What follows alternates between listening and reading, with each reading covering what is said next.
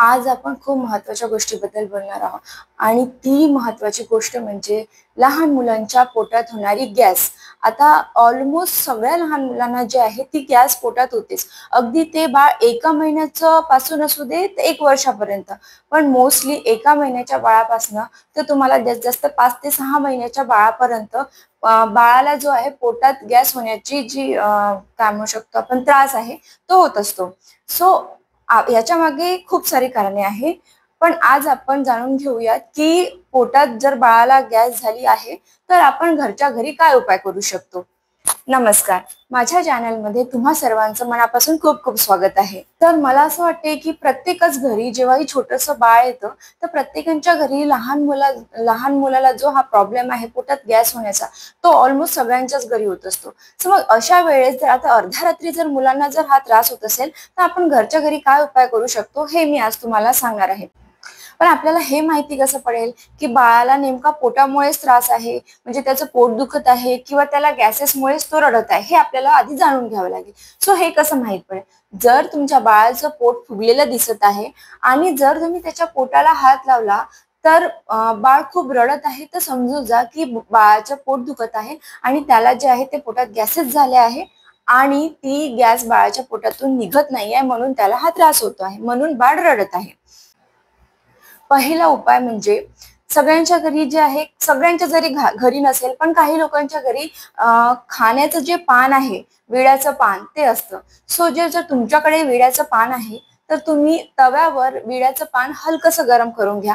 आपल्या हाताला लावून बघा की जेणेकरून मुलाला ते गरम वाटणार नाही, बाळाला ते गरम वाटणार नाही, त्याच्याने त्याची त्वचा भाजली जाणार नाही. सो पान गरम करून घ्या आणि ते पान त्या बाळाच्या पोटावर ठेवा. बाळाच्या पोटावर पान ठेवल्यानंतर ते पान थंड झालं की अजून दुसरं पान गरम करून तुम्ही बाळाच्या पोटावर ठेवू शकता. एक हा उपाय आहे. दुसरा उपाय असा की जर पान नाहीच आहे घरी, सो मग काय करायचं आहे की मग तुम्ही काय करायचं की तवा जो आहे तो गरम करायचा, त्यावर कापड ठेवायचा, कापड थोडासा हलकासा गरम करायचा, आपल्या त्वचेला बघायचा की तो खूप जास्त तर गरम नाही आहे की जेणेकरून बाळाला त्याच्यामुळे इजा होऊ नये. सो आपण स्वतः बघितल्यानंतर बाळाच्या पोटाला तुम्हाला शेक द्यायचा आहे. तुम्ही कमीत कमी 3 ते 4 मिनिट बाळाच्या पोटाला हा शेक द्या की जेणेकरून त्याला जी गॅस आहे ते बाहेर पडण्यासाठी मदत होईल. तिसरा उपाय असा आहे की हिंग. आता मला असं वाटते की प्रत्येकाच्या घरी जे आहे ते हिंग असते.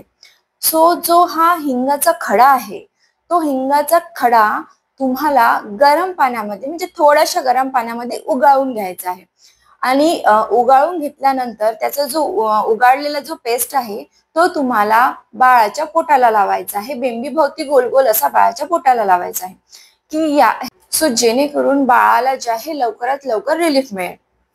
हा एक उपाय झाला.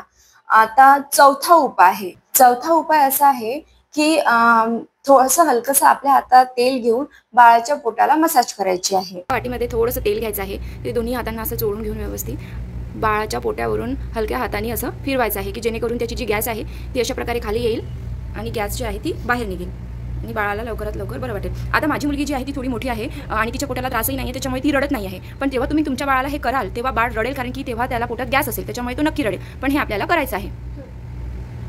शेवटचा 5वा उपाय आहे की आपल्याला बाळांचे जे पाय आहे ते हलवायचे आहे प्रॉपर पद्धतीने.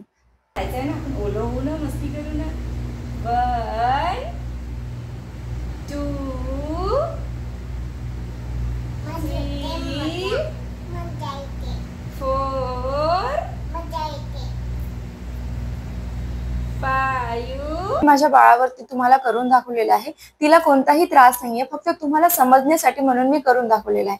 पण ज्या बाळाला खरंच पोटामध्ये गॅस झालेली असते आणि त्याला पोटात गॅसचा त्रास होत असतो ते बाळ तुम्ही हे सगळं करताना खूप रडत असतो. सो बाळ जरी रडत असेल तरी आपल्याला हे करायचं आहे की जेणेकरून त्याचा पोटाचा त्रास हा कमी व्हायला पाहिजे.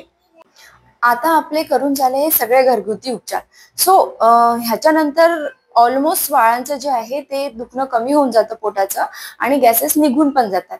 पण जर इतकं करूनही जर बाळाला त्रास कमी होत नसेल तर शेवटचा उपाय म्हणजे आपल्याला जे आहे डॉक्टरकडे जाऊन डॉक्टरच्या सल्ल्याने बाळाला औषध द्यायचं आहे. कुणीही सांगितलेलं औषध म्हणजे कोणतंही औषध जर बाळाला कोणी द्यायला सांगितलं तर ते देऊ नका, कारण की डॉक्टर जो असतो हा लहान मुलांच्या वजनाच्या हिशोबाने त्याला औषध देत असतो. म्हणून डॉक्टरचा सल्ला घ्या आणि डॉक्टरच्या सल्ल्यानुसारच आपल्या बाळाला औषध द्या आणि त्याचं दुखणं कमी करा. सो हे होते आजचे उपचार, घरगुती उपचार. सो जर तुम्हाला व्हिडिओ आवडला असेल आणि इन्फॉर्मेशन महत्त्वाची वाटत असेल तर व्हिडिओला लाईक, शेअर आणि कमेंट करा. आणि जर तुमचे काही प्रश्न असेल तेही तुम्ही मला कमेंटमध्ये विचारू शकता. व्हिडिओ बघितल्याबद्दल खूप खूप धन्यवाद.